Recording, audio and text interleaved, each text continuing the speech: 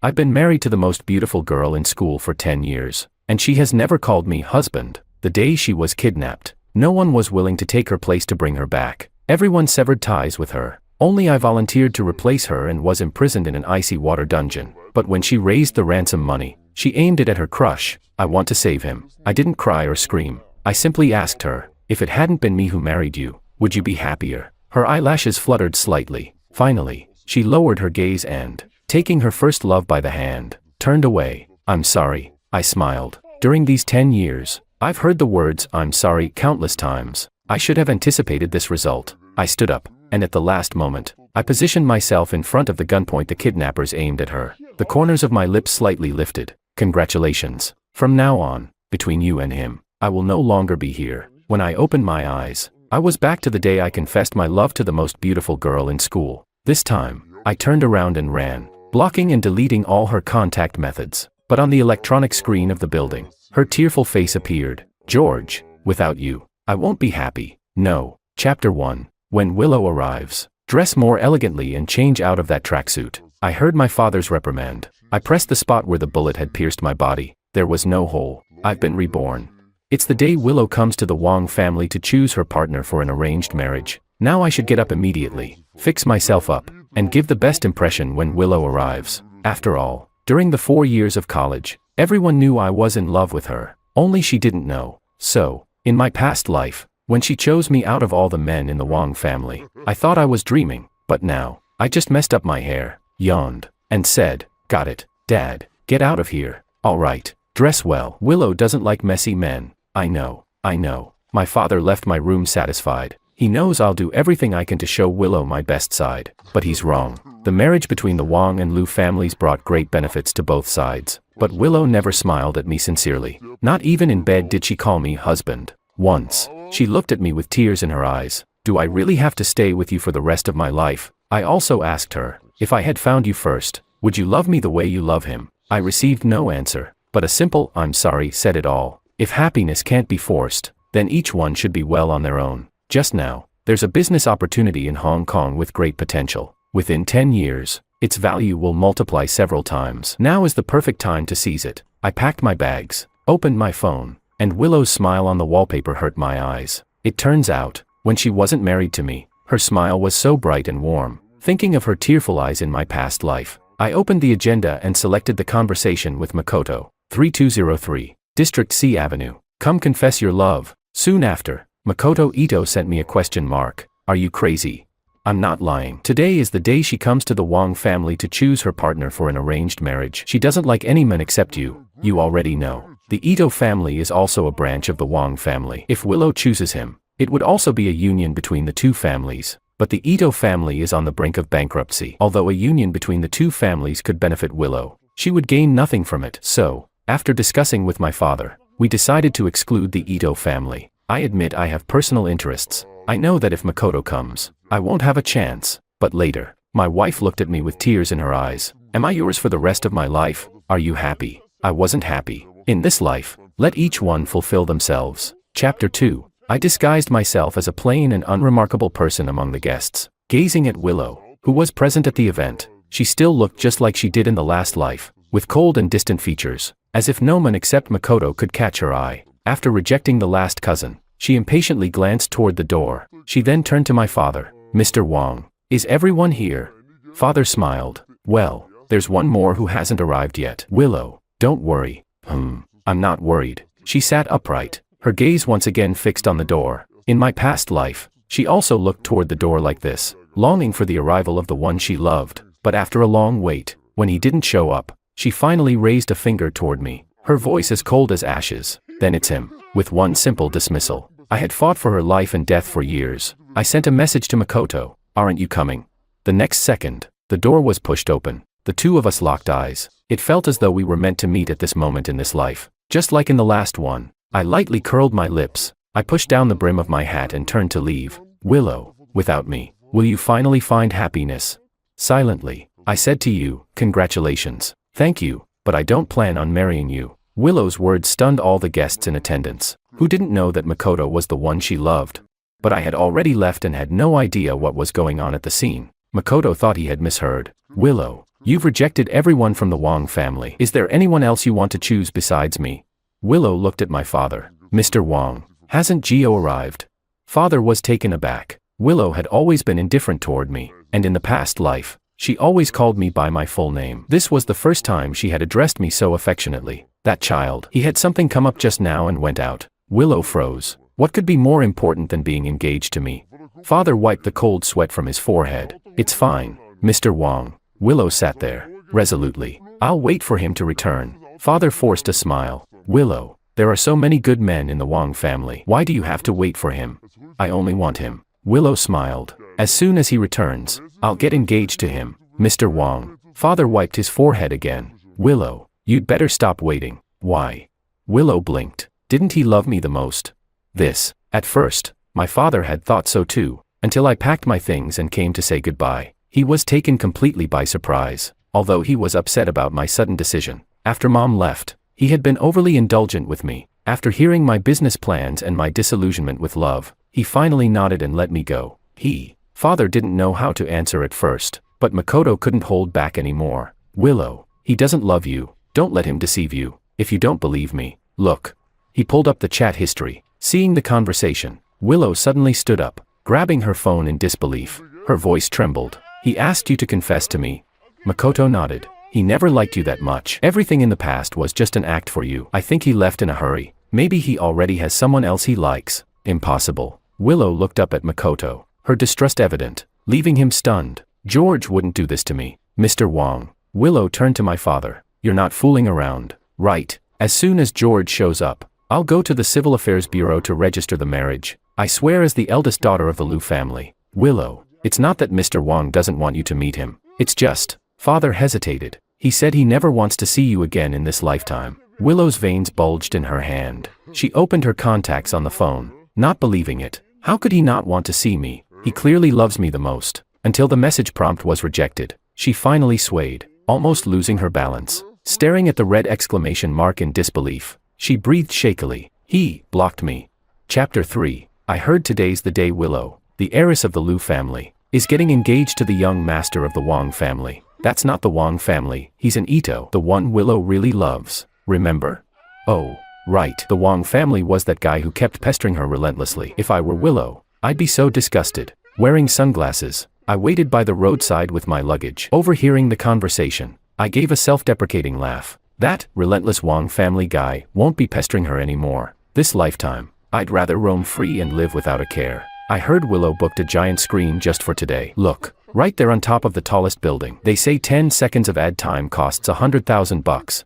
I pinched the bridge of my nose, feeling a headache coming on. Even though I've let her go, it still bothers me to see her flaunting her love with Makoto. Just as I was about to look away, a tearful face appeared on the screen. George, without you, I'll never be happy. I thought my eyes were playing tricks on me and slid my sunglasses down a bit. The woman who once shed tears over marrying me was crying now even more than in our past life. George, I'm here for you today. If you come back, I'll head straight to the Civil Affairs Bureau with you, I swear. I must be losing my mind. Willow actually wants to marry me. Willingly. It must be a hallucination. Maybe my newly reborn senses haven't adjusted yet. George, I know you can hear me. If you won't respond, that's fine. I'll find you. People started whispering. Did I hear that right? Is our goddess actually confessing to that simp George? Aren't simps supposed to lose everything in the end? But that Wong family simp actually ended up winning. Their chatter forced me to face Willow's public confession head on. I patted my cheeks to snap myself out of it, double-checking that the person on the big screen really was Willow. But how is this possible? Could she truly have fallen for me? The moment that thought surfaced, I gave myself a slap. Insane. Hadn't I suffered enough in the previous life? Apparently, Willow's even more pragmatic than I expected. For the sake of a beneficial family alliance, she can still endure being with someone she doesn't love. That realization left me cold inside. My taxi arrived. I jumped in with my suitcase and left. No sooner had I gotten out than someone pointed at me. That's him. Grab him. I froze, noticing a dozen or so people rushing toward me. That's when I realized they were after me. Without thinking, I dragged my suitcase and ran. I managed to hide in a convenience store, but the clerk stared at me for a few seconds and suddenly shouted, "George, oh my God, you walked right in here." Frightened, I darted back out, taking shelter in a narrow alley. I finally fished out my phone to check the news. The moment I opened the app, a glaring headline caught my eye. Willow offering a 10 million yuan reward to any helpful citizen who can provide clues to my whereabouts. How did Willow become like this? When we were together, the thing she regretted most was marrying me. I'm stepping aside so she can be happy. Why is she clinging so hard now? I pulled my collar up to cover half my face, shoved my sunglasses firmly on, and made my way toward the airport. George. A chill ran down my spine at the familiar voice. I wouldn't mistake it for anything else. It was the voice that had called my name countless times in our past life. George, how long are you going to run from me? I heard high heels clicking behind me. Right as she was about to grab my wrist, I flagged down a taxi and jumped inside. Drive. As fast as you can. I kept my face hidden, worried even the driver might turn on me if he recognized me. The taxi sped forward. I glanced back. No one was following, and breathed a sigh of relief, until the driver slammed on the brakes and I lurched into the seat in front. Mister, someone's blocking the road. I looked up to see a supercar pull off a flawless turn and stop right in front of us. That license plate, it was Willow.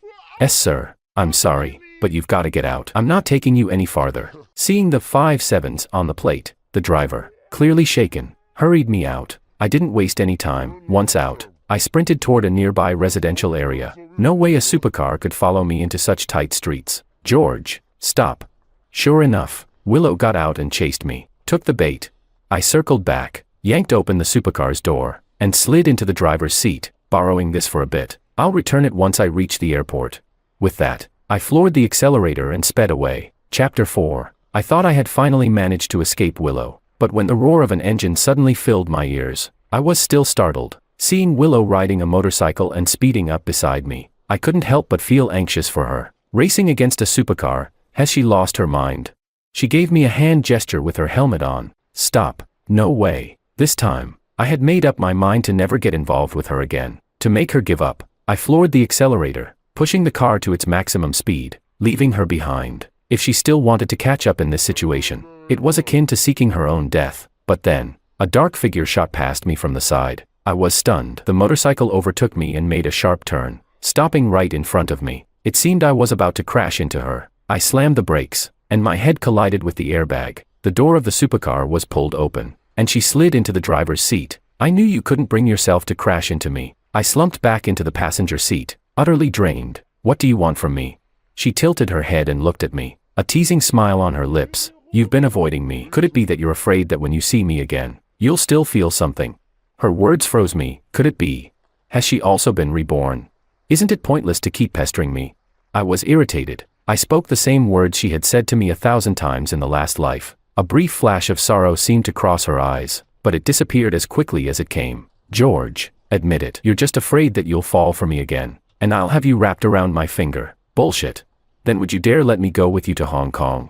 I was momentarily taken aback. She smiled at me, and for a moment, I lost myself. She actually smiled at me.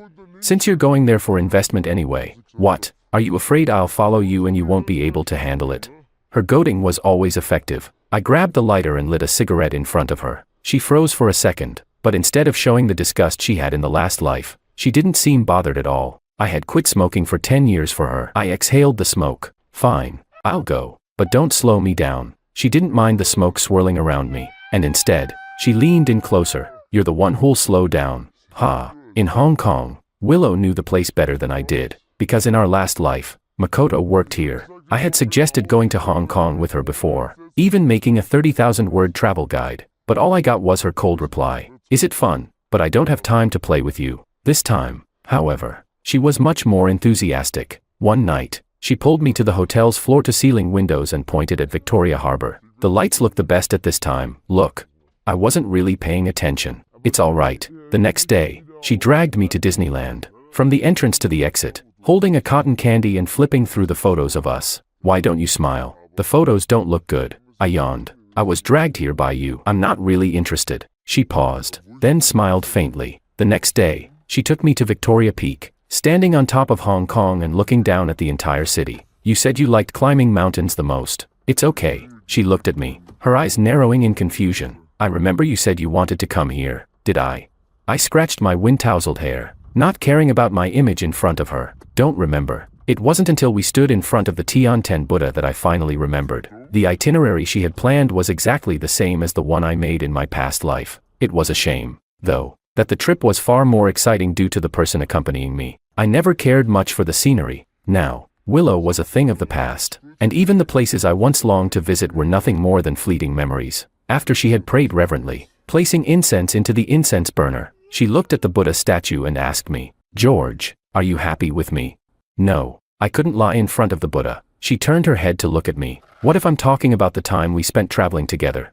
No. She pressed her lips together, her smile forced. Before, it was you who wanted me to accompany you here. Yeah, but it's too late now. The incense smoke curled, and her voice dropped softly. All right, I understand. After a pause, she continued, but I won't give up. She looked at me, in front of the Buddha. I won't lie. I lowered my gaze, and her bright eyes captured my attention. For a moment, I felt as if I had returned to the day I first met her. Her eyes, like a flash of lightning, struck my heart, and from then on, I dedicated my entire life to her. But that was all in the past. Do as you wish. I won't be with you. Whenever you regret it, you can walk away on your own. I turned and left. Chapter 5. Willow left faster than I imagined. The next day, when I opened my eyes, she was already gone. I called, but there was no answer, though I had let go of her. Out of a sense of humanitarian concern, I still activated my network to look for her. Seeing the unanswered messages, an uneasy feeling began to creep in. A few days later, after I had finished dealing with business matters, she still hadn't made any contact. Could something have really happened?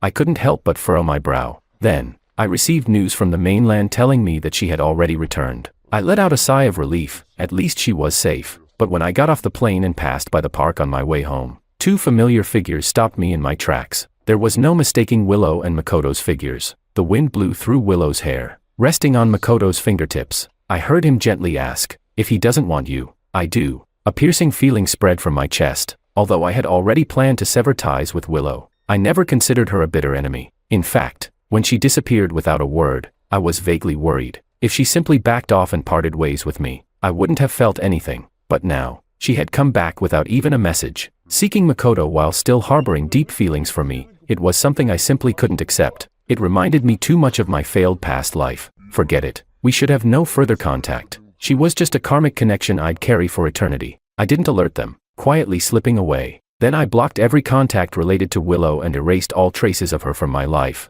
From then on, I would have no more ties to the past. The business deal in Hong Kong had been concluded, and from now on, I would only gain, not lose. With that behind me, I began to consider traveling again. The reason I had chosen Hong Kong in my past life was because Willow loved it there, but the places I wanted to go were somewhere else. Now that I no longer had a travel companion, I decided to see the world I had always wanted to explore on my own. But on the day of my departure, Willow knocked on my door again. "How much longer are you going to keep this up?"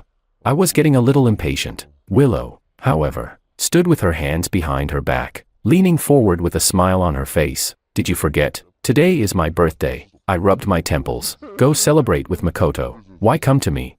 "But you're my husband." I shivered with disgust. "I'm not. Besides, we no longer have anything to do with each other. Don't come after me again." I turned to leave, dragging my suitcase, but she suddenly grabbed my arm. "George, are you done yet?" I turned and shook off her hand. "How many times do I have to say it? I'm done with you." "Done? You always wanted me to let you go. Now I've given you freedom. Why are you pestering me again? Didn't Makoto give you everything you wanted?"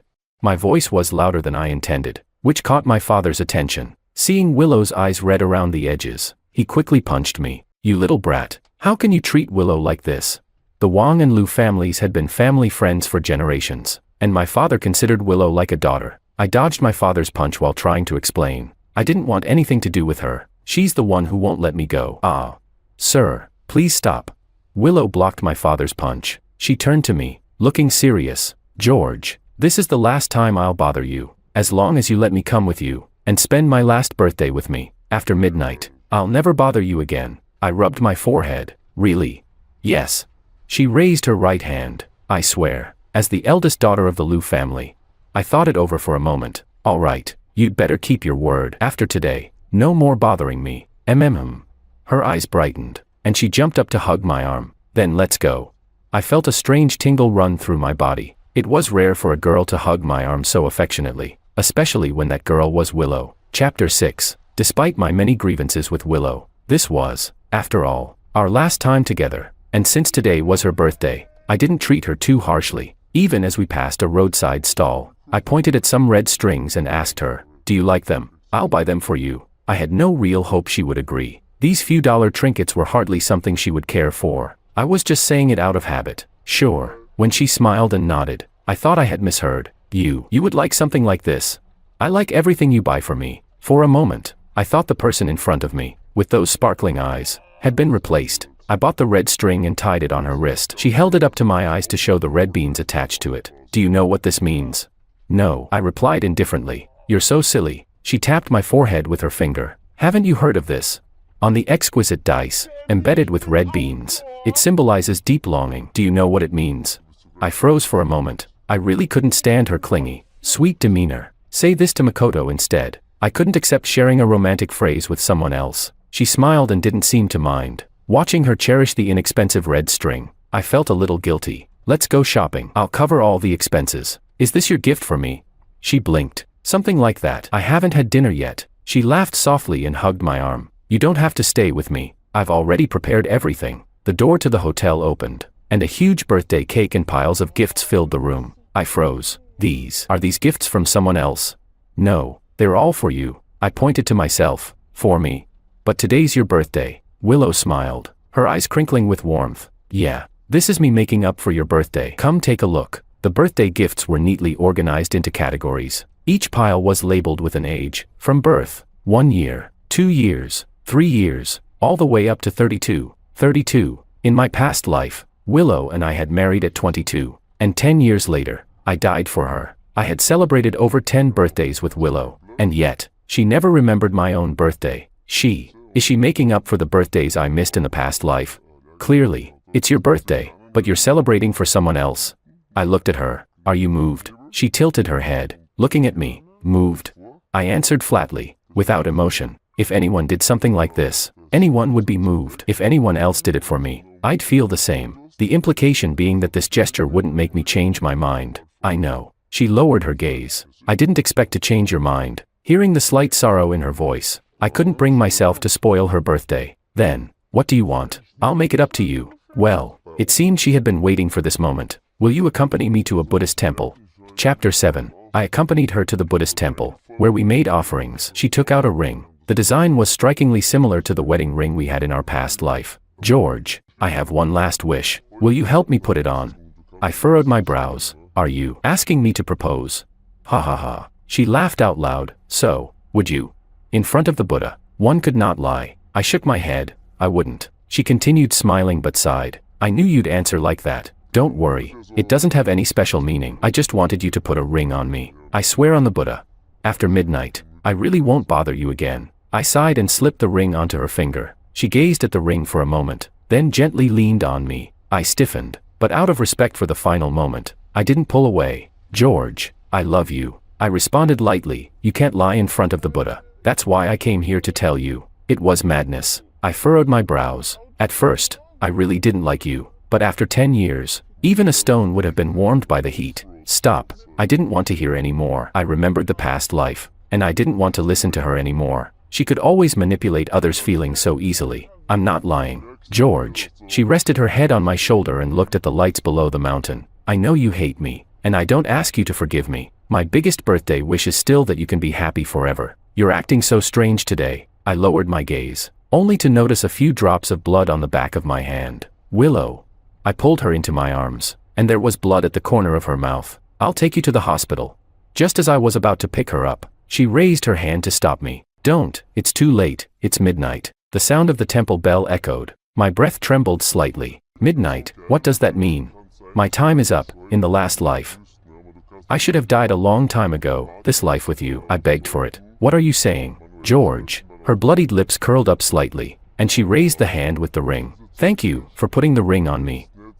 I truly love you." Her hand fell into mine, and the space between our palms was filled with slick, warm blood. Her eyes reflected the lights from the thousands of homes. I wish time could just freeze. At this moment, the person in my arms was silent. My hand stiffened. I suddenly felt an emptiness in my heart. Chapter 8. Willow's Side Story. I knew from an early age that I was just a character in a novel. By chance, I discovered my fate. It was to be shot in the heart by a kidnapper. But tragically, by this point, I had already fallen in love with George. I wanted to begin accepting the love he offered me. to bear his children, and grow old with him. But fate played a cruel joke on me. With only a few years left to live, I looked at the man sleeping beside me. My fingers lightly traced the sharp contours of his face, and I couldn't help but cry. By the time I die, he will be 32. There's still so much of his life ahead. Let him hate me. Let me be the wicked woman in his heart, the one who loved another man. That way, when I leave, he can easily let me go. I threw all the birthday gifts I had prepared for him into the fire, even the roses he gave me. Then, when he comes home and sees the ashes of the roses, I'll coldly smile at him. No amount of roses will create love. Don't waste your efforts. The day the kidnappers took me, I never thought he would die for me. So when I had the chance to redeem someone, I chose Makoto without hesitation. I knew the plot. The kidnapper's target was me. The ransom was just a way for him to seize my assets before I died. That bullet would pierce my chest as I walked away with Makoto. I didn't regret it. When he saw me choosing another man, he would surely let go of me. But I never expected him to break free from the plot and step in front of the gun. I made a pact with the system, to reset everything to how it was before. Even though my death had been blocked by him, and this life would allow me to live 100 years, I didn't want that. I wanted to save him, even if I could only live until my next birthday. But I didn't expect that he, too, had been reborn. Perhaps this was fate's way of allowing us another chance. We still had a few months together. In the last life, I made him chase me for so long. What's wrong with me chasing him this time? If I don't succeed, it doesn't matter. After all, I am a dying person. As long as I can relive the beautiful moments we once had, even for just a moment, it will be enough. The most important thing is to say the love I couldn't express in my previous life, in front of the Buddha. One cannot lie. Husband, I love you. In this life, may you live a long, healthy life and enjoy happiness.